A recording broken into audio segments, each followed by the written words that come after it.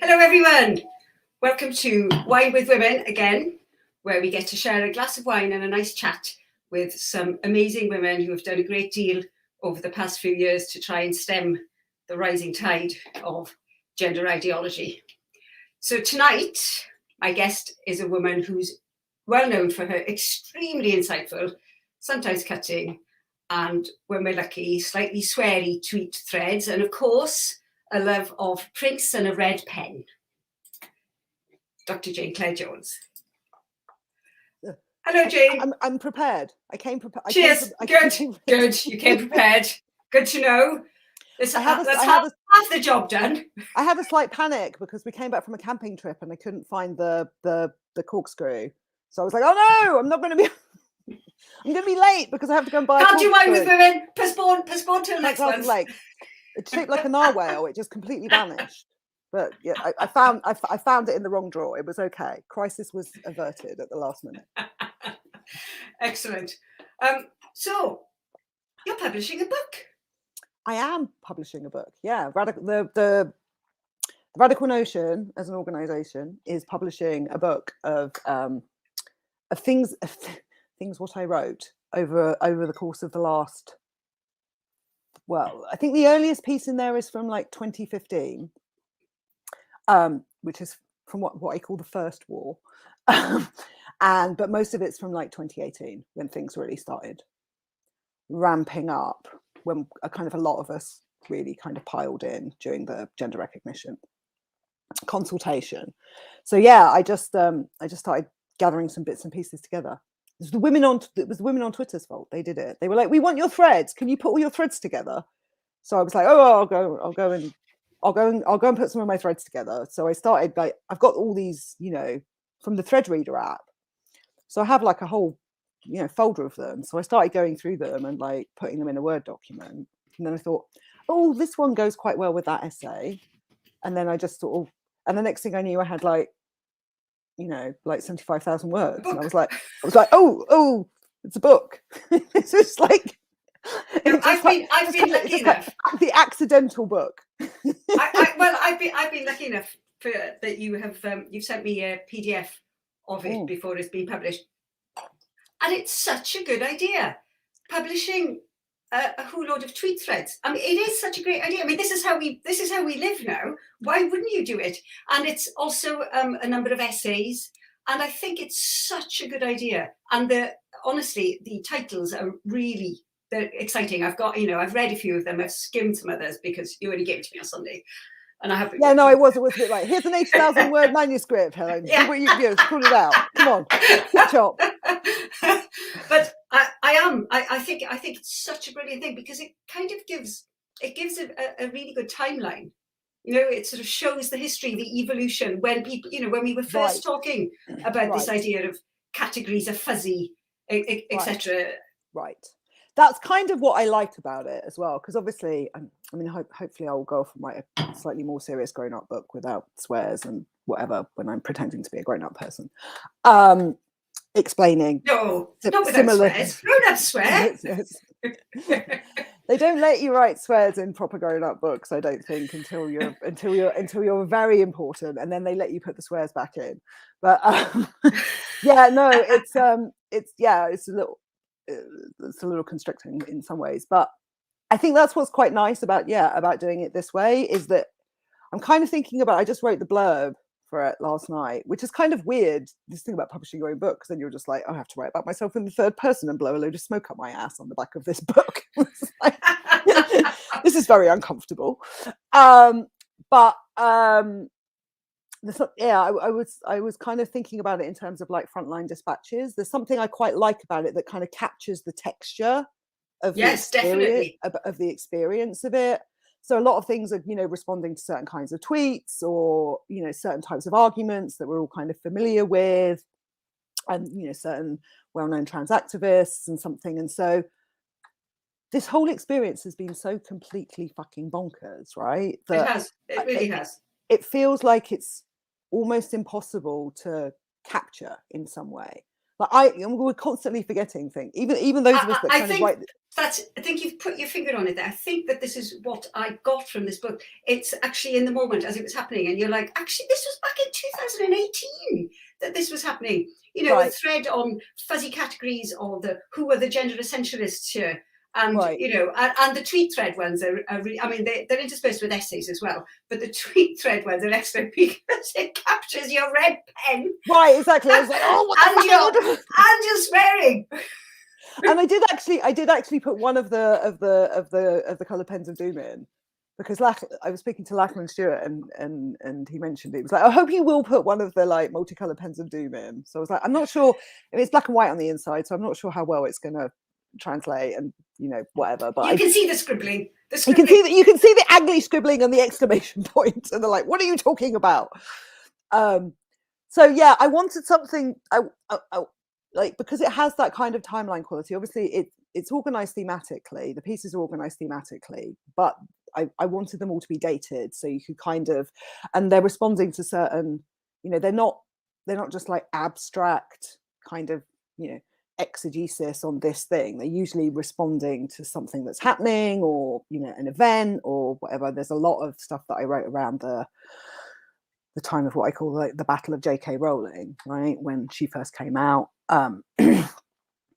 That has also, you know, it captures some of the emotion, because that was I think we were all very distressed. A lot of us were very distressed when that happened, because it was like the backlash was so kind of violent.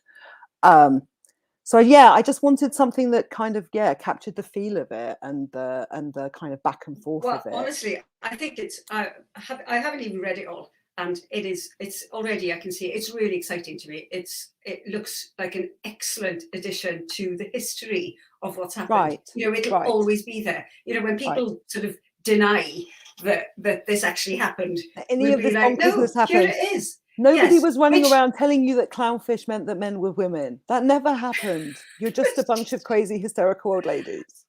I am thinking, you know, at some point people are going to start denying that this happened, aren't they? People are going to say, I think, yeah. I mean, I do it now. I still think, did that really happen? I'm thinking maybe it's sort of blown up a little bit too much in my mind. You know, I think I've sort of embellished it, and then I look back at things and I think it's like, no, that's actually. No, I don't think. I mean, this is the thing. I think this is why I'm also. It's kind of this interesting thing, because the experience is so kind of visually mediated and digital, right? And so much of what we're doing is about Twitter and kind of public discourse and blogs and like responding to news items, and it has this kind of ephemeral quality to it. And there's something I think it's kind of interesting, because I think I talked about this when we set up the magazine to begin with. I'm kind of like weirdly obsessed with trying to like capture the feeling of what happens online, but then like put it in some form that's more durable, and that we can actually put in a library and will be there as a historical record of like. And given that a lot of this is happening online, I think that is an excellent. I mean, that's an excellent thought. It's an excellent way of putting it. It is a good idea. Because it's all potentially going to disappear, right? There's that. I don't know. I mean, Twitter could go bust one day. Right, it's not a public. Oh, yes. There's no. Better download my history. Talk to Elon before Elon Musk screws it. Before Elon turns up, or whatever's going to happen. Makes note. Whatever, you know, like rocket entrepreneur or something is going to turn up. So yeah, I mean, it's like, it's weird, because you know, these kind of big historical things are happening, and there is, you know, this is all quite historically important, and also, you know, what's happening in Britain in terms of the relationship between that and like the other Anglophone countries, and how that's kind of spreading out and stuff. And you know, if, you know, as a species we manage to make it through another few centuries, one hopes that at some point there's going to be people researching like what the fuck happened. This could be a textbook, man. This would be a textbook in the 2030s. It's just like, this is, and you were like, I'm only publishing a certain amount. There was this whole period, right, at the beginning of the 21st century, where everyone decided that humans weren't sexed, and that anyone that thought humans were sexed was a Nazi. and we're going to need some documentation about We how really that are, went because you down. said that. Because you said that, and people are going to say, "Oh, don't be so ridiculous. That can't have happened." Not now. Maybe back in the 1800s or whatever, when you could pull the wool over people's eyes, but not now. Not now that we've got the internet. But this is but the thing is with trans ideologues is right. It's like they're constantly arguing both sides of the argument, right? So I mean, the no one's denying the existence of sex thing is like a classic thing where we're like, oh, apart from all of these other instances where you tried to tell us that the classification of humans into male and female was some kind of arbitrary social construct or was produced by colonialism or whatever bullshit it was that you made up, right? So, and then they're like, yes, no, but we're perfectly well aware of what sex we are. And we're like, okay, great. So, yes. So, I mean, you're right. This is one of the massive problems. I think this is one of the massive problems in this fight, is that people are so prepared to lie. Like we've characterized it so many times as a bunch of rational, logical, smart, like experienced women fighting against, well, just liars and charlatans a lot of the time. It is people who are motivated to gaslight and lie. It is a massive part of the movement, I think, and it's such a problem because you expect rational arguments and you're not getting them. Yeah, and that's not what's motivating it, right? I mean, the whole thing. I mean, this is why I became kind of, and it's one of the things that, you know, there's kind of also that I quite like about. I'm trying to think about what kind of introduction to write to this collection now, because I've kind of put it together. I'm trying to think about the kind of my own personal experience of it, because, you know, it starts with the annals, and that was, you know, obviously that's not a direct historical reconstruction of exactly. If anyone has not actually come across the annals of the turf wars before, it is a short play in 5 acts. No, it's 3 acts because it's based on the Star Wars trilogy. Okay, that's what it's called, because it's called the Annals of the Turf Wars. So it's episode 1, episode 2, episode 3, right? And then, I mean, it's kind of randomly divided. So it's the first war, and then the gap in between the wars, and then the second war. So, but I mean, I've been lucky enough to be part of it being formed to a closed group once. I think you've done it a few times, but it's actually, for me, it's better written down because you can see your what you've said by each character. I don't know how you say this when you've got a play and you've got your little your notes in the margin saying this is how you say it. Misogynist child with column in left-wing newspaper. Exactly. Yes. Who could that possibly be? There's no one like that. It's a very vague description that no one would be able to use to identify anyone at all, especially when he starts being like, "You're all kiddie fiddlers." And it's such a good thing because it's a very short play, but written down. It's a few pages, three acts. Three acts. It really does show the history of how it happened, and you can read it, and you're like, that's right. No, I know that was the thing, because I wrote it. I remember I wrote it because like Fox or Owl or one of those people wrote this tweet basically going, you know, we just asked for you to be nice to us, and then you like tried to murder us, and I was like, no, that's not what happened. That's not how this went down at all. And I actually started writing. It's one of those weird things. Very often, the things that just happen when you're writing are actually the best things. I mean, I think it's kind of funny. I did all this philosophy training, and I'm probably the one thing people are going to remember me for is this like short satirical play that I wrote in the middle of the night, like in like one random November, because like this. Oh, come on. And sort of insightful, rude tweets. And insightful, and sweary, and a red pen. And a fierce red pen. Lots of scribbling pens. But yeah, no, it was I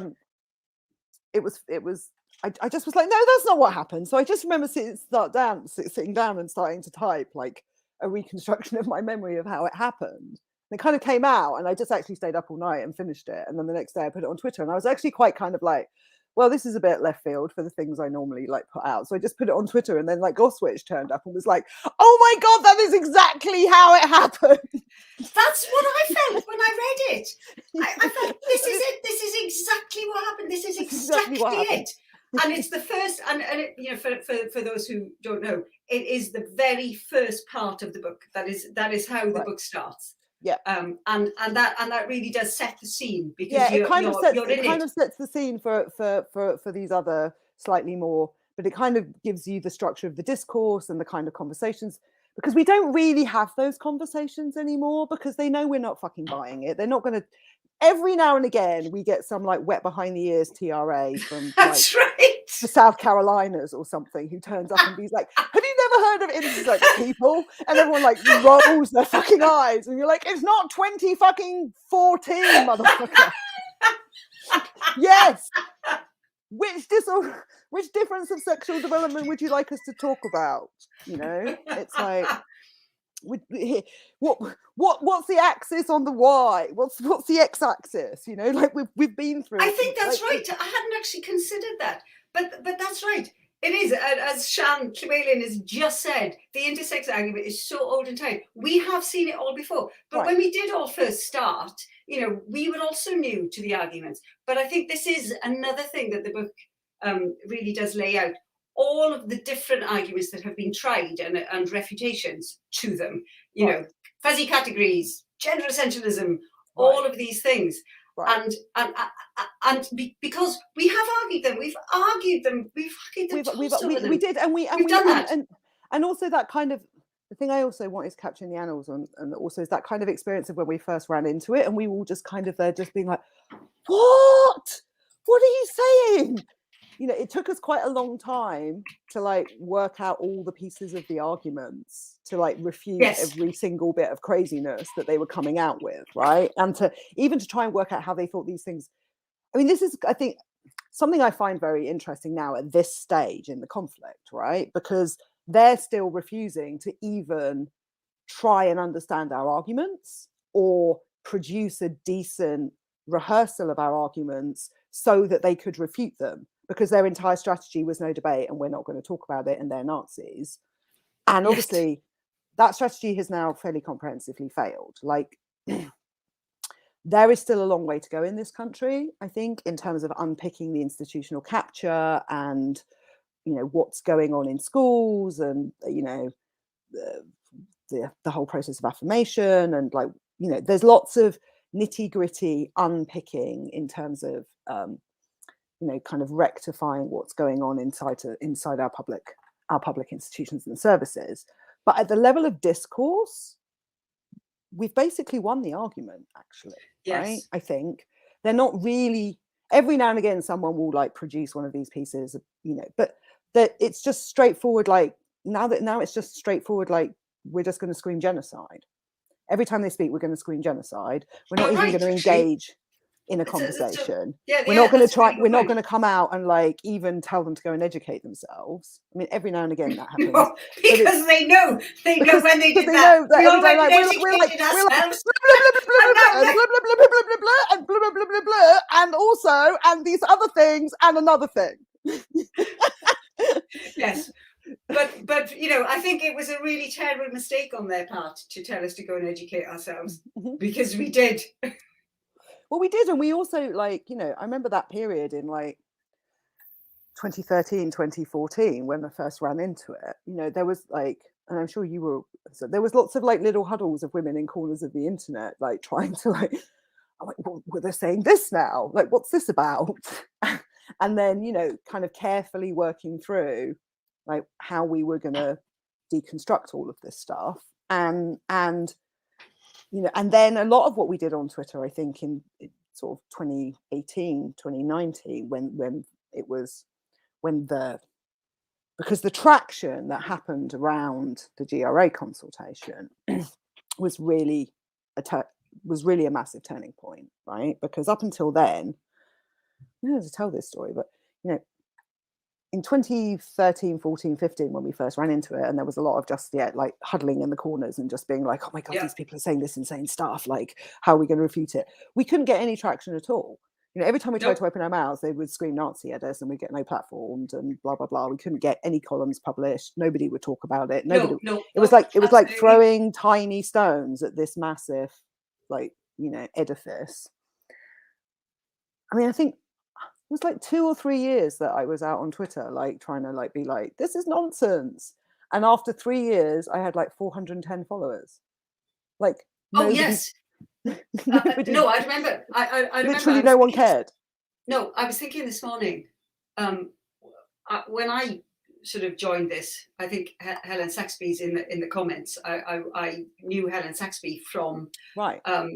the Normal Page 3 From Normal Page sort of 3, campaign, right. and then I got onto Twitter because of it, because somebody said, "Oh, do a bit of the fight on Twitter," and then that sort of ended, and then I started seeing there were like a sort of a handful of people talking about it, a handful of women, like you said, like Glosswitch, Sarah Dighton, Julie Bindel. Right. It was just a handful right. of women right. that feminist Raw, and Megan like, Murphy, people like that. yeah, Yeah. Feminist Raw, exactly. So these people, but and like you said, after sort of 7 years, I had about 1,000 followers, and in fact, like I think like Dennis found today when he came back, being banned off Twitter and then coming back. Like for me, it was 3 months. Came back from Twitter, and it was such a terrible thing for them, because I left with 9,000 followers. I came back, and immediately it went up to about 12,000 followers. It was the silencing really didn't work. Thank you. Look, my husband's. I told him I don't need any more wine. One glass is enough. No, but I've just texted him saying, "Bring the bottle." It's the wine man. This is what happens when I'm teaching. Actually, it's one of the jokes that we have in our seminars. I'm sitting there lecturing people about, not lecturing, but like we're having conversations about like the structure of gender and like the servicing of male people's needs, and the men are coming in and like filling up the wine glasses and walking out. Yeah. No, I mean, like, no one cared. Absolutely nobody cared. When did you notice that this was going on? When did you start to see and sort of what made you think I have to say something about this? So I mean, I think, yeah, I peaked in like several. There were several peaks, or like increasing peaks, and some of them were in my personal life, right? So I live in Brighton, right? So I know quite a lot of trans people. So, and I'm a good lefty progressive. So I was just like, oh, okay, so this is the thing. And I didn't understand the ideology at that point, right? So I was kind of going along and doing the pronouns and being polite and all of that stuff.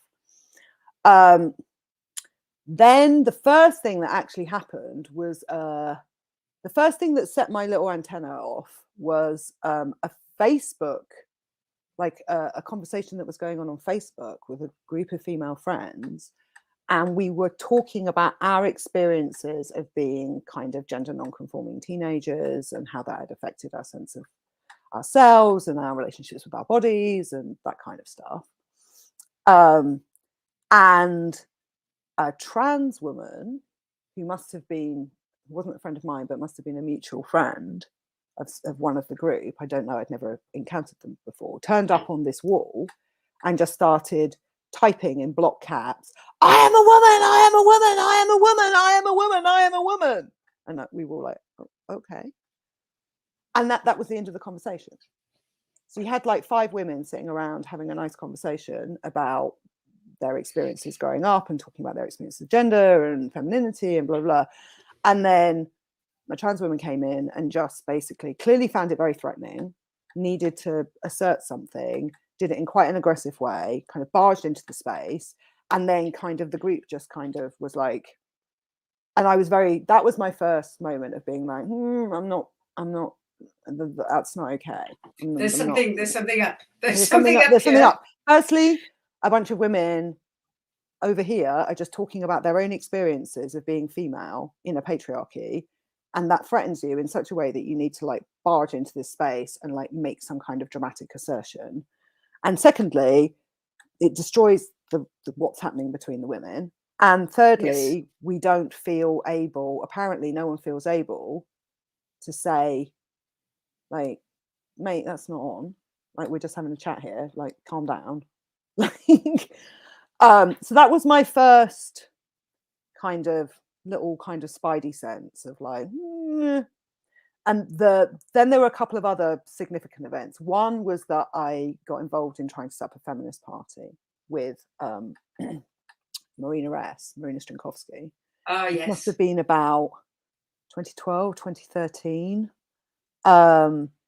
And we were very naive, I was still very naive about the whole situation at that point. So we were kind of aware that it was an issue, and we but the situation, but it was a much earlier time. And we didn't. I would not have predicted that this would have happened. I would not have predicted that it would have become this mainstream. But you also, mainstream. Well, this is also like when I first ran into it. Even then, I still didn't think it was going to become that mainstream because I didn't understand the whole thing about institutional capture. I just thought it was a bunch of people being mad on Twitter. I have to say, I've learned so much about sort of areas that are completely outside my experience. You know, I've worked in finance and computing for the whole of my life. I had no idea about anything about other than that, really. Right. So, you know, this is, you could argue it's a bit of a silver lining that, you know, you've sort of learned by being thrown at the deep end, by actually sort of living it. This idea of institutional capture, even, it is, right. It's been an astonishing thing to witness. Right. You know, I didn't realize before this that I actually, you know, how much I actually cared about due democratic process, right? It's like, these things sound dry, but it's like when I spent all that time with the census documents, right? It just blew my mind. I was just like, this is not how you do things. Like, there's no transparency here. You haven't followed there's a reason why we're supposed to have certain kinds of accountability and transparency processes, and you're supposed to consult your stakeholders, and you're supposed to be transparent about which stakeholders you're consulting, and, you know, not just one bunch of people comes in and starts whispering in your ear, and then they tell you that anyone that disagrees with them is evil, and then you start doing exactly what they say, and you don't consider the impact. I mean, it will still, that bit I still will never quite understand. Like, there's definitely something about like neoliberalism and the desire, the kind of diversity and equality agenda in general, and the desire to kind of, it's like justice washing, you know, it's like greenwashing, rainbow washing. That's a good way of putting it. General justice washing. It's like, no, we're actually not going to do anything really meaningful in order to improve people's lives or make their living conditions better. You know, we have people who can't fucking pay for their electricity bills in this country, and people starving, and people having to choose between feeding their children and putting the heat on. But like, we have rainbow crossings, and everyone has pronoun badges and sometimes, and honestly, sometimes when somebody says something like that, I realize how terrible it is that women have been completely sidelined, completely distracted for the last decade, fighting this shit, instead of being able to get on with actually sorting problems that really matter. I mean, obviously, this matters hugely. This is, I think that it's something that you've said before. This is actually one of the biggest political battles of modern women's lives. Because if we don't win this, we've lost everything. Well, then we've lost everything, right? And that's what's so annoying when they turn up and they're just like, well, what, you know, if you actually care about women, why? Firstly, a lot of the women in this fight are lifelong feminists, and they are doing all of the other stuff as well. They're running, you know, women's services. They're doing, you know, research into like issues to do with, you know, women's lives. You know, they're doing that work. It's not like all of us have just stopped doing whatever it was that we were doing in order to, like, you know, try. But this is a massive distraction. But it's a massive distraction. And then they're just kind of like, well, we want, you know, just get on. We can't get on with it. We can't get on with anything, because every time we try and do anything, you turn up and try and make it all about you, and then tell us that we're doing something terrible by trying to do things for ourselves. And you've come along and you've redefined our political movement as the movement for the equality of everyone, of all and no genders. And then we're just like, no, sorry, we're not, you know, it's a little facile to say it, but it's like, you've basically redefined feminism as everyone's mum, right? Yes.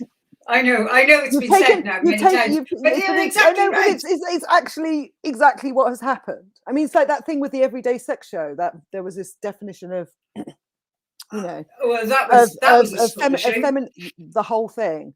I mean, that glossary is actually a very useful record of the discourse. I really wish I at some point, if I have some time, and it. Well, I'm glad. I'm glad there were clever women out there, fast women, who archived that shit.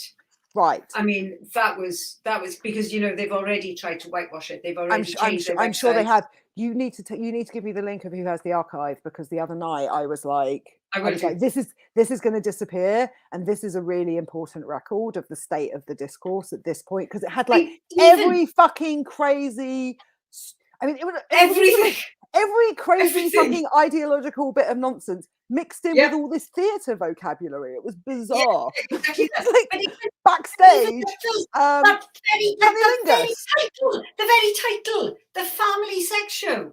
You're like, right. That's already a red flag. That's already a red flag. Because what it's doing here is that it's saying that, you know, bring everyone. You're in a space with everyone else. It's basically saying that the people who should be talking to you about sex when you're a child, which is your parents, right, and possibly teachers, right. Now that's been sort of obliterated by saying, oh look, there are friends, there are nice people out here that you're singing about clitorises with. They can also talk to you about sex. Right. It's a very, very, very basic sort of obliteration of that boundary, isn't it? Right. And that's such an important boundary. Right. It's an incredibly important boundary that we have to say to children, no, these are the only people. There's a tiny select number of people, and they're just, let's open these boundaries. Your rainbow family can talk to you about sex.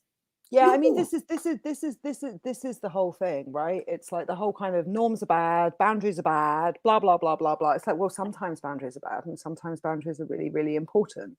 And yes, this whole kind of blanket idea that you can just say, no, you need to look at every norm and every boundary and every social practice, and you need to look at why it's there and what it's doing, and whether it's operating, you know, in people's, you know, well-being, whether we should maybe, you know, children should not be exposed to adult sexuality. Like, I don't understand why this is like, children should be brought up not in an atmosphere of sexual repression, right? Not being taught that sex is bad or dirty or wrong, right? But they need to be exposed to like age appropriate sexual content, and they don't need to be exposed to adult sexuality. Like, no, it's absolutely traumatizing.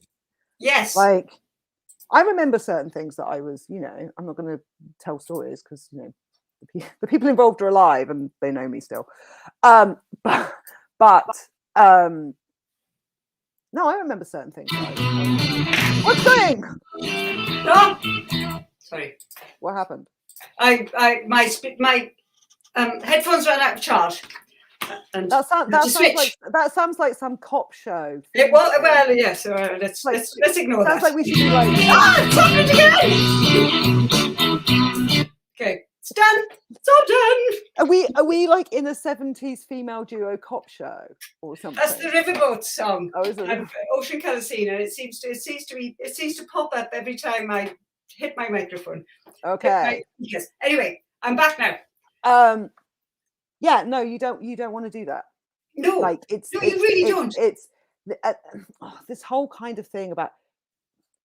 I find it so interesting, right? Because I mean, I've made this point many times now, but like they claim that they're all about smashing boundaries, right? But everything is so binary. It's like either you have no boundaries at all, and you're going to expose small children to like, you know, inappropriate sexual content, or everyone is like, you know, utterly repressed and you're all prudes and pearl clutchers. Like there's nothing in between. And it's like, no, what there is healthy sexuality and exposing people to sexuality and them exploring their sexuality in appropriate ways at appropriate stages of their lives. Like, why is that so? I think that's not that mysterious. Appropriate is the word. This was so inappropriate, extraordinarily inappropriate, that I can't, like the Guardian apparently had given it a good review, and even the BBC, when they reported that it was now cancelled, they were sort of pretty much like, they certainly weren't condemning it. And you're like, honestly, the title alone, right? Even after women, excellent women, and I absolutely love the fact that the women on this side, let's call it, are so sort of motivated to find things, and somebody found that song. Did you see the song? Maybe you haven't. You've been doing the book. I've been making this book. I saw something about a clitoris. I saw yes, the clitoris song. It was a song. It was a song to the tune of Bohemian Rhapsody about, you know, I'm not going to sing it. I'm not going to fucking sing it. Despite the fact that I'm now really desperate to sing it, but I'm not going to sing it. No, sing it, please, do it. I can't find it. And you're like, how is it appropriate for you to be singing this with your 5-year-old child or with strangers? And there it's was insane. It's insane. It's literally insane. No, I know. And there was something about like, I don't even want to go there. I found something about like I saw some little thing about like vaginismus as well, and like inserting dilators, and it's just like which doesn't even begin on the whole fucking thing that the medical treatment of vaginismus is like a whole kind of fuckery in itself, right? And then they're like, we're going to sing. Why do 5-year-olds need to know about? No, they don't. They don't. And there was. They don't. What they need is what I got when I was 5, which is, you know, here's. My mum probably actually gave me a bit too much detail because she's a nurse, so she sat down and like drew a cross section of like a mummy and a daddy, and I was a bit like, I don't really understand what that is. Okay, thanks. To be fair, a little anecdote. I actually bit the bullet when my middle child, my daughter, asked me, how does the baby, you know, she was talking about babies, and I said, how does the baby get in? And then the baby grows, and she said, yeah, but how does the baby know that it should grow? And I thought, well, I could fudge the issue, or I could, you know, grab it by the scruff and say. So I said, well, believe it or not, the daddy puts his willy in the mummy, and then they make a baby. And she said, oh, okay. And then a full day later, in the bath, she said to me, how does the daddy screw his willy back on afterwards? She thought about it and thought, this is the only way it could happen. That's really, yes. But I'm not sure that dilemma would have been solved by the family section. No, I'm not sure. I mean, it doesn't seem that they were actually very interested in like dealing with what kids actually need to know at that age, which is mostly, like, how does baby get into mummy's tummy? Yes, so that was my God. That was a terrible thing. But also, and I think that this is really quite key, and I think this is where you sort of join, where you were taking this conversation, but then I derailed it. Well, you know, the whole website, because Helen Joyce quote tweeted somebody who'd found that actually they also had a big spiel on why Jk Rowling is really bad, and because, you know, because she is awful, and, you know, nobody should send her death threats. However, it's a real problem. So it's all on the same sort of. No, it's the same. I mean, yeah, I only looked through. I kind of scanned. It's queer theory. Yeah, I mean, it's not even. I mean, it's partly queer theory. I mean, at the moment, I mean, that's kind of one of the things that I, you know, and I'm still trying to kind of unpick this, right? You know, to come back to this kind of moment where we ran into trans ideology, and we're just like, what the fuck is this, and where has it come from? And also because it was a very weird experience, because like you say, you were there for No More Page 3. I mean, there was this period at the beginning of, you know, last decade when, you know, there was like Laura Bates was doing her stuff and Caroline Corrado Perez was doing her stuff. And there was like a bunch of, and it seemed for a while there was kind of a lot of us that were all together doing, you know, and there was No More Page 3 and Let Toys Be Toys. Yeah, and like a bunch of things for feminism, really pushing the agenda and raising consciousness. It was brilliant.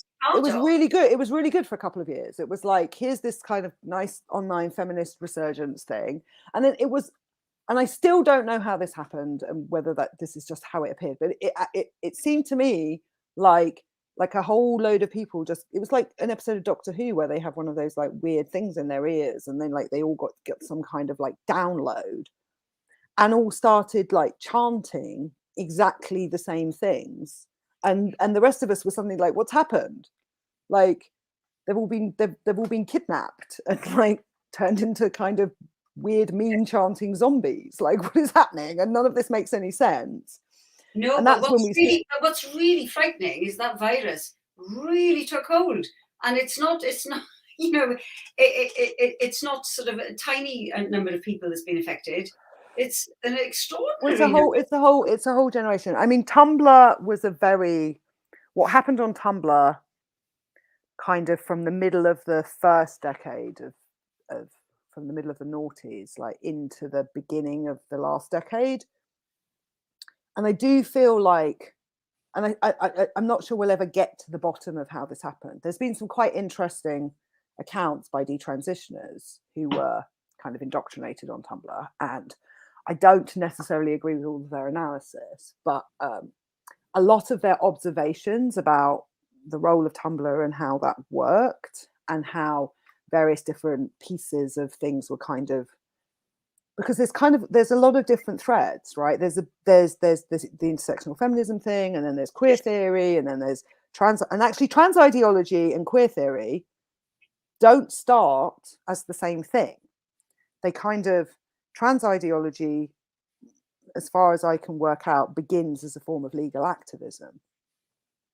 And then queer theory is going on in universities. And then there's lots of kind of weird shit going on in third wave feminism in general as well, where they all decide that women couldn't possibly be female because that would be biological determinism, and, you know, forget about how it's possible for a social structure to be related to a, you know, this is a very basic mistake that they make, which kind of really drives me insane, because it's just kind of like, they're like, well, if sex is related to gender, then sex must determine gender.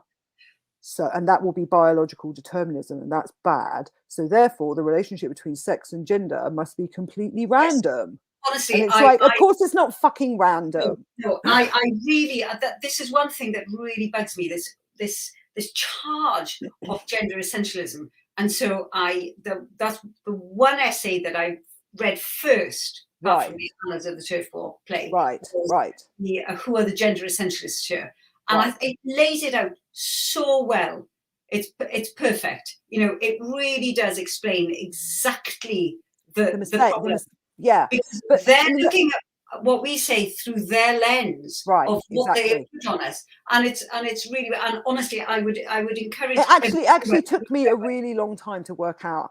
When I actually, because they kept being like, you're essentialist, and I was like, this makes no sense, right? This charge of essentialism makes no sense. All we're saying is that female human beings exist.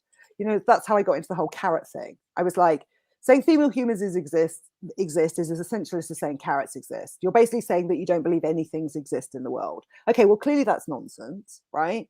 So you can't really mean that.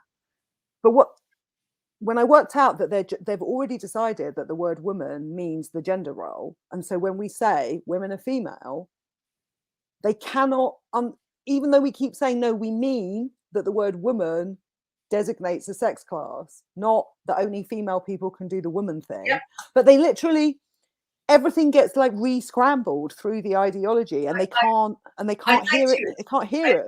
I'd like to just read this tiny paragraph out. Okay. It was so insightful that I've cut and pasted it into my little document here. Ooh. And I think it perfectly encapsulated it. You've said, so it's in quotes. We have dictated that the word woman is redefined to mean gender role, even though the fundament of this conflict is that you reject the redefinition of the word woman. We will point blank refuse to even remotely grasp your assertion. Furthermore, we will then interpret all your words and arguments through the lens of the definition you have explicitly rejected, whilst piously patronizing you. And I think that really does encapsulate it perfectly. And because you've said it took you a long time to work out what was happening, but just reading what you have said, how it works, it's just that light bulb moment. You're like, that's exactly it, isn't it? That's what's going on. But I mean, it seems so improbable, right? Given that the word woman has been around for in this particular form since the Middle Ages, right? The definition is in the dictionary. Everyone knows what it means. People are walking around the world using, even trans activists and like gender ideologues, you know, even when they're, this is what makes me crazy. It's like you'll read things like Maria Lagones or like one of these sources for the colonialism invented the gender binary argument, or like people doing Butler recitations or whatever. And even while they are writing paragraphs in which they deny that the word woman refers to a sex class, they will simultaneously be using the word woman in other parts of the argument to refer to women as a sex class. And they can't even keep it straight in their own heads. I mean, the idea that people walking around in the world using the word woman are only referring to a gender role and don't think it has anything to do with the class of female humans is so fucking improbable, right? No one is doing that. No one is. No one. No. People, like, I mean, one of the conversations, I mean, this comes up a few times in the books, right? One of the conversations I have mostly refused to engage with in this entire thing is the whole what is a woman question. I'm not going to sit around with you and argue about what a fucking carrot is. Like, no. We've really got better things to do. Like, I'm interested in looking at trans ideology and its history, and I'm interested in looking at its conceptual structure, and I'm interested in looking at what it tells us about patriarchy, and actually, you know, the ways in which it is an enactment of the gender structure, right? And is an enactment of the prioritization of male people's feelings over female people's feelings, and the way in which, you know, they've been able to use all these misogynist tropes to demonize us, and the silencing, and, like, you know, thinking that they have the right to define us, and all of these things. I'm interested in that, but I'm really not interested in arguing about what a woman is. Everyone knows what a fucking woman is. Everyone fucking knows. It's absurd. It is absurd, and it's rude, and it's just it's very, very bad mannered. Obviously, yes, very bad mannered just to turn up and go, okay, we've redefined you as this, like, gender role that actually is the form of your oppression, and not only have we redefined you, we've decided that you're privileged because you fit your gender role, and if you disagree, you're a Nazi. Yes. And I'm just like, I'm sorry. Hang on a minute. Hang on a minute here. You know, and the gratuitous. I mean, like, you know, Butler's responsible for this, but also a lot of, like, the constant, like, disingenuous, like, willful misinterpretation, and in the end, right, it will be their downfall, because the fact is, I mean, it's not actually the case that if they even tried to pay attention to our arguments, they would be able to refute them, because what they're saying is bullshit. So, you know, the misrepresentation of us is strategic to a certain extent. But, you know your fucking enemy. Like, one thing I will say for our side, there's many things I'll say for our side, but we're kind of hilarious. Maybe not all of them should be said. Not all of them. Not all of them. No, but we did our fucking homework, right? Yes. And we tried really hard. We listened really carefully to what they were saying. We went and researched it. We worked out, and we tried to reconstruct what they were saying. And then we tried really hard to explain why it was wrong. They have never, ever, ever, even once managed to produce a faithful rehearsal of what we're actually saying. No. And then they wonder why they can't debate us. And I'm like, because I think I've spoken about this before, this idea of the intellectual Turing test. You know, right. Can you, I think that I can, although there's many strands to it, I think that I can actually reasonably faithfully and in good faith reproduce some of the arguments that the other side are making. Right. In maybe in the most charitable way. Right. I'm saying that I'm particularly charitable and nice, but I think I could actually. And it's quite hard to be charitable, but I think we've tried. Yeah, but I think I could probably at least articulate the arguments in the most charitable way. You know, people want acceptance. You know, people who are very uncomfortable, they want acceptance. Maybe it's not the perfect way of being accepted. It would be better if society, you know, was completely okay with gender nonconformity, but in this way that we have it now, you know, I think I could probably make a decent stab at it. But honestly, I really don't think that trans activism is even, well, they're not even interested in arguing against the most charitable version of our points. it's got to be the least charitable version, because otherwise it doesn't work. It doesn't work, because actually we have a lot of good points. And if they actually, it's like this thing when Grace Lavery comes along and he's doing his whole like, oh, I know exactly what the GCs are saying and I'm going to refute them thus. And I'm just like, you literally, nothing that you say about what we say bears any relationship to what we say. No. I mean, I had a couple of conversations with him and he was just like, you're an essentialist, blah, blah, blah. I'm like, I'm not an essentialist. Yes. Right? I think things exist, but things existing and being an essentialist are not the same thing unless you actually think that the world is made of goo.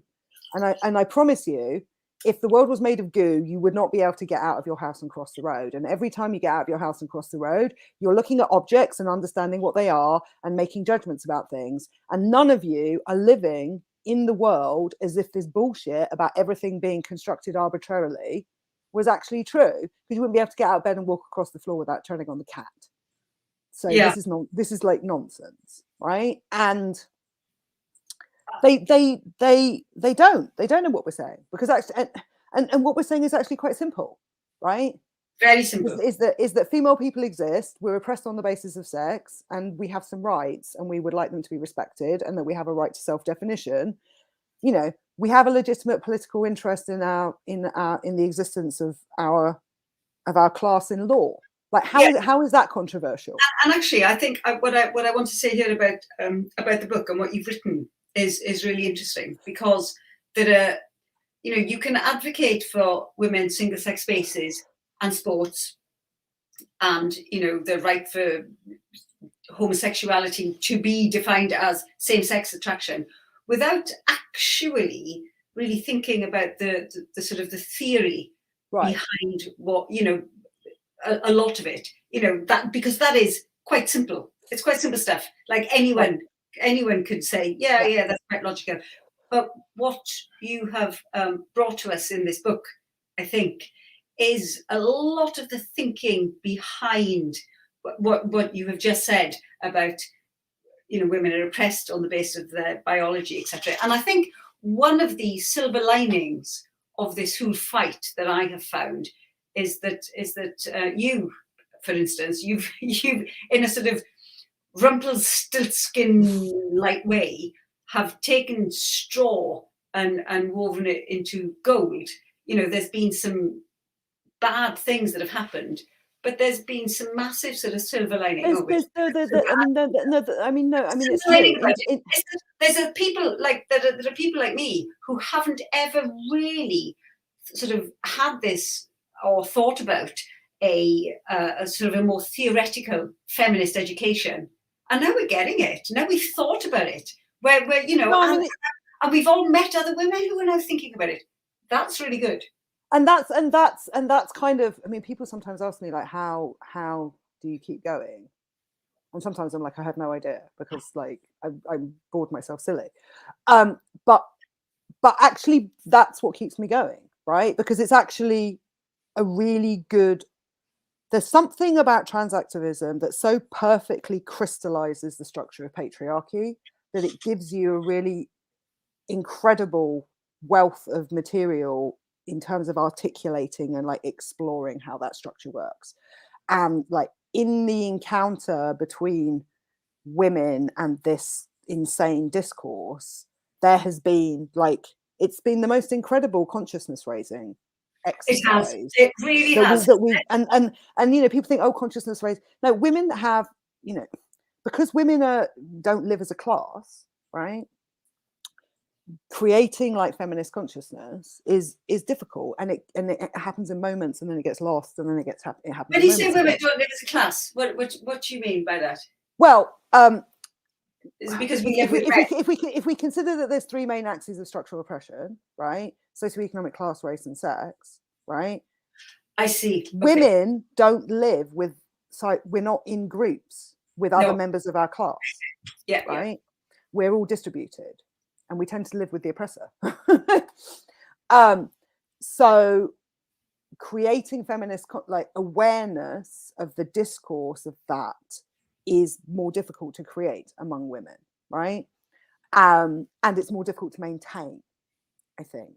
And so there are moments where you get these kinds of increases of like feminist consciousness, and then they tend to dissipate. And then there's also backlash, which, you know, we're in at the moment, because there are material interests involved, right? Because we're doing a lot of unpaid labor and people want access to our bodies and all of this type of, you know, well, that's the fundament of the system, right? That's what we're talking about.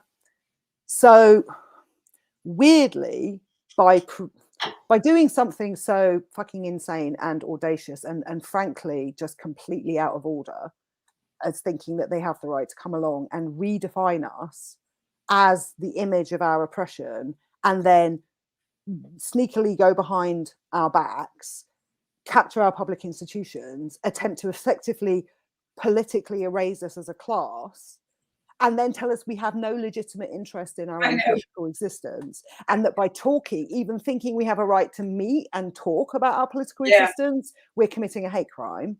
Like, okay, you couldn't actually get a clearer demonstration of like the fundamentals of the power structure, right? You're just like, whoa. You're right. You're right. This has the silver lining here is that it's a really obvious example. You can say, yeah, look at how this works. It's like, look at, you know, it's like you couldn't. And it's even telling you that actually, no, you're holding up the patriarchy. Yes, you're holding up the patriarchy by thinking you exist, women. You see, that's what patriarchy is. It's a system that believes that female people exist. I mean, what other fucking oppressed class of people do you think you're going to convince that they're going to be liberated by agreeing that they don't exist? No one. It's fucking insane. It is fucking insane. Right? No, what you just need to do is erase yourself and then you'll be free. Yes. Okay. Sometimes I can go through periods of thinking, well, let's just fight on the, you know, the sort of the, I don't know, like the political level, which is just to say, well, single sex spaces, sports, etc. And then sometimes you think about it in terms of what's actually happening. And you think, how is it possible? How is it possible that this movement is literally trying to redefine what a woman is and telling women who is pushing back that they're in the wrong and that they're upholding the patriarchy. And that the big, I mean, the whole thing is insane. And I think a perfect illustration because this is, I mean, patriarchy in action. No, exactly. And this is the thing. It's like I quite often say, and I think I say it in several pieces in the book, because it's the thing I say quite often. It's like, you know, when I was studying, you know, Irigaray or whatever, when I was doing my PhD, and she has a whole thing about how effectively women don't exist in the symbolic system of our culture, right? All that exists is this projected image of woman, right? That actually has really got very little to do, has something to do with actual female human beings, but really relatively little to do with actual female human beings, and there's a lot to do with controlling us and, you know, whatever else. And she used to say women don't actually exist, and I used to think, okay, so this is a kind of metaphor, or she's talking rhetorically about this. And then transactivism comes along and goes, we are going to redefine female people as the patriarchal projection of woman. We're going to do it without consulting any female people, and then when female people object, we're going to use every fucking patriarchal trope in the fucking book to like monster and demonize them. And then you're like, all right, she was not even remotely underselling it, because the idea that you can come along, redefine half the population again, like without consulting them, against their will, and then try and bully them, and you can convince large sections of the population that half the population have no legitimate interest in their own legal definition, and you're just like, yes, and in that sense, you're right. She's right. Women don't, in fact, exist. We don't. And the fact that transactivism can come along and confuse femininity with being female, and femininity with feminism, for Christ's sake. I was just reading a thread from some trans woman, basically like mansplaining Beauvoir to us, that Lorelei had posted, and it was basically like, yeah, the problem is that, you know, patriarchy functions by the denigration of femininity as such, femininity as such. There is no as such about it. Like, femininity is a social construct which is used to oppress female people. It's not the denigration of femininity, it's the control of women using femininity. And you want to redefine us as the thing that has been used to control us. And then you're surprised when we tell you to fuck off. Yes, I think it's the surprise thing is honestly what surprised me. That people, like, genuinely, like, men thought, or not men, well, yes, a lot of men, but there are a lot of women who are doing it too. They did think that they'd just be able to say it and we'd be like, yeah, okay. No, fuck that. No. And that's, I think, what's very interesting. I think I wrote the anger that they are now exhibiting because we've like, yeah, no. Yeah, no, actually. And actually all we've said is no, right? All we've said is no. And then when pushed, we've gone, no, fuck off. Yes. And then when really pushed, we've gone, no, really, fuck off. and no, we really mean it. Yeah, we mean it. Yes, we really mean it. And I think there's something very interesting about, but this is also kind of, it's the thing about them not knowing who we are and not knowing their enemy and not being able to see us, because they confuse the projection with women, right? So they don't understand who they're actually dealing with, because they're actually dealing with women, not with like woman. And we're not behaving the way that we're supposed to behave, because we don't behave. The whole point is we're not actually that. We're these human beings. And we are actually quite nice. Yeah, honestly, Jane, what a brilliant way to put it. They're not dealing with women. They are dealing with women. They are. Right.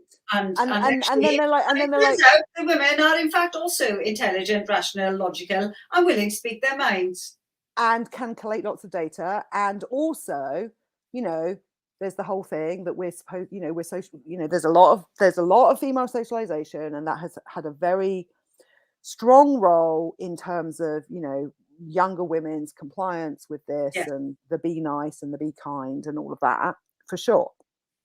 But what they really don't understand is that, you know, women in general, particularly older women, once they've, you know, burnt most of their fucks, are still quite accommodating, right? I you know, I want everyone to lead a flourishing life and to be safe. And let's say cheers to that, because of course we do. Cheers to that.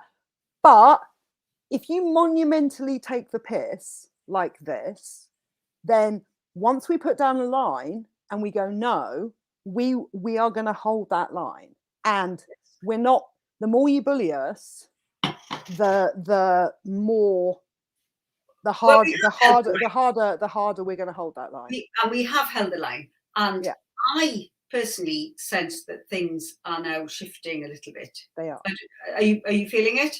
Yeah. No, I mean, things have been, it's like a tanker turning. It's been turning very, very gradually. A tanker, perfect analogy. Quite a long time. But we're actually like, I think we're actually at the turn.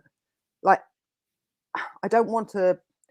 No, don't jinx it. I don't want to jinx it, obviously. But this debate is happening, and one of the things we always knew is that when this debate actually happened, it was going to go rather better for us than for them, because we are saying things that are grounded in reality and make sense. And when you end up with Grace Avery on Women's Hour, or, you know, a TRA on, they talk gibberish, right? And most normal people are just going to be like, you what? Yes. So that's not gonna go well for them. I think you're right, and I also think that the more countries that do start to change, then the other countries who, you know, all of the other, like America is not going America's waking up now. They are, and they're not going to ignore what's happening in the UK. You know, I do see, and I have to say thank you so much to American women who are saying, you know, we're not there yet, but thank you to our British feminists. It's going to change America too. It's not quite there yet, but of course it is, because they're not going to just look at the things that are happening, because it is what we are talking about is reasonable and rational. You know, the children thing, the medicalization of children. I mean, know that this is a problem. We've been shouting about it for ages, but now that our institutions who are saying, yeah, maybe puberty blockers aren't so benign and reversible as we were saying. I've always thought that those are that sport and the medicalization of children was going to be the two places where we got most purchase to begin with. And I think you're right. This is it. The sport, just because it's so like visually, partly because it's just so visually obvious. Yes. I mean, Yes. Leah Thomas is being paid by TERFs, right? I mean, like that's the only possible explanation. I mean, could you find someone with a more classically masculine torso to wear a women's swimming suit? I mean, it's ridiculous. It is ridiculous. But that and you know, things are going well here with the Cass report. They're like, you know, the Scandinavian countries are backpedaling because we know this. There's no evidence. They're doing it without a proper empirical base. You know, it's like this whole thing that came out during, you know, when the conversion bill noise was happening a couple of weeks ago. You know, and I'm just like, they're just like, you're like trying to murder. It's like, no, what we're trying to do is stop you sterilizing children without a proper empirical base of evidence. Yes, and that's not evil. No, I think I've said before, I thought the EHRC response to the consultation was perfect. It was a perfect articulation of the problem. You know, they're saying you haven't defined trans or even conversion therapy in the bill to stop conversion therapy. You haven't even defined what it is. Right. And it's really mild and measured. I would recommend that everyone reads it, because at any time anyone sort of talks to me about it, I take little snippets from that to sort of post, because it is really well done. I'm really hopeful that the HRC is now, because I think I saw earlier in the Times that Baroness Faulkner had said they are now, this is what they are now concentrating on. The debate needs to be calmed down, and they are wading in. I think saying we need some grown-ups. Like there's been plenty of grown-ups, but grown-ups who haven't necessarily. Well, there has been plenty of grown-ups, but there have not been plenty of grown-ups in positions of institutional power. Exactly. And effectively, what has happened is that the job that the state should have been doing in order to, you know, prevent the worse. I mean, and obviously a lot of the bad things have happened, but we've managed to hold a lot of it, certain amounts of it back here, right? That job has fallen to us. Right, they basically, and whether they were scared or they bought the ideology or they were captured or however. Well, I think they were captured. They were captured, but there's still a question of, in my mind, about how that capturing works. Right. Yes. How did it's like I mean, like obviously, the ONS is the example I know about best because I've done the most work on it. But it's like it's very weird because like the minute that TRAs come into not the minute they come into, it's very, when the census authorities first come in to try and in contact with TRAs, they basically are like, these people, we've got a problem measuring, because they're told by the HRC that they need to get, you know, equalities monitoring data on this population. So they're like, okay, we need to go off and devise an instrument to like measure the trans population. So off they go. And they discover very quickly that the problem is that the trans population doesn't want to be measured as the trans population. They want to be measured as the other sex. So they go, we can't actually measure this population because they don't want to be measured. They want to be measured as this other thing, right? So that's that's the fundamental problem with the census issue, right? And the census authorities spotted that in like 2009, and when we can't measure this population, so we're just going to leave this for the time being, right? And then about 2014, 2015, when the whole TRA thing really started ramping up, they were told that they needed to have another go at it.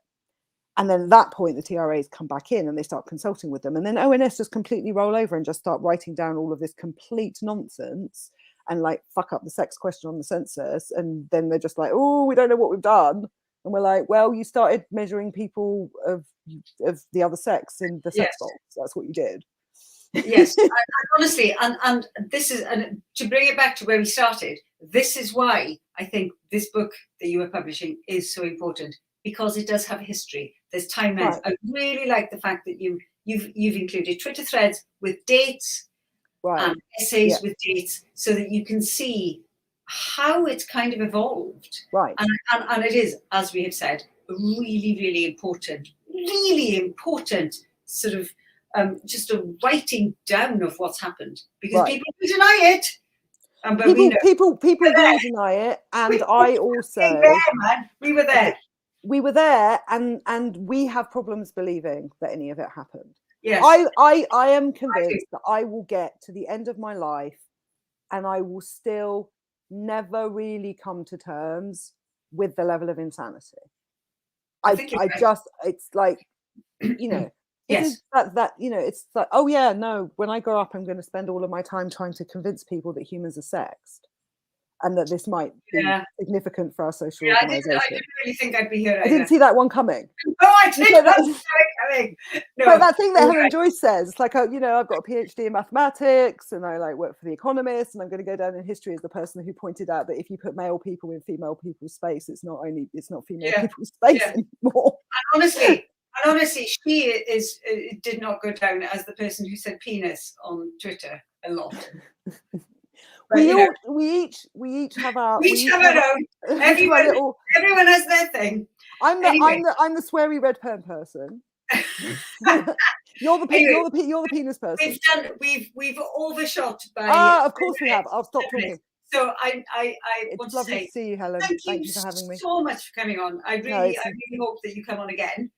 Because we're not doing these that often, so you know, it's just basically anyone can turn up and just listen to women getting drunk and chatting.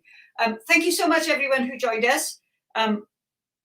See you again next time. Next perimenopausal time. Please like and subscribe if you would. That would be great. Cheers, everyone. Cheers. Bye.